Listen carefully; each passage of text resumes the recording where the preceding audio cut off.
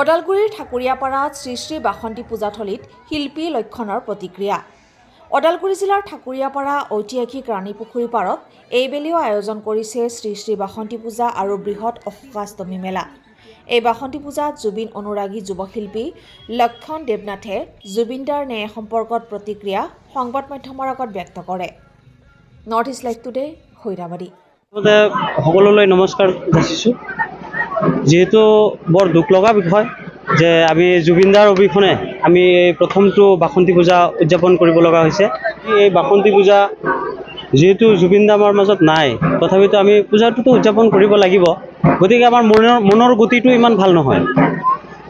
তো এই জগতে মই অসমৰ মুখ্যমন্ত্ৰী ডাঙৰীয়ালৈ আহ্বান জনাইছোঁ যে আমাৰ জুবিনদাৰ ন্যায়টো অনতিপলমে দিব লাগে।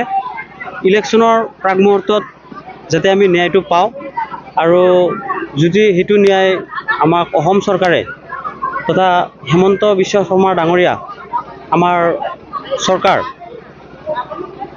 তেখেতে যদি দিব নোৱাৰে, তেতিয়াহ'লে আমি ৰাইজে যাতে অন্য ব্যৱস্থা লয়, তেখেতক আমি ভোট বৰ্জন কৰিব লাগে।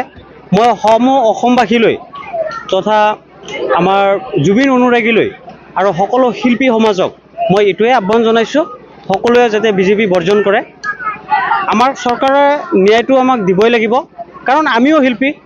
আমাৰ জুবিনদাৰ পৰা অনুপ্ৰেৰণা প্ৰায়েতো আমি শিকিছোঁ। এতিয়া যদি আমাৰ গুৰুৰ আমি ন্যায় নাপাওঁ, তো আমাৰ ন্যায় কি হ'ব? আমি সাধাৰণ সৰু সৰু শিল্পীবিলাকৰ আমাৰ কি অৱস্থা হ'ব পাৰে?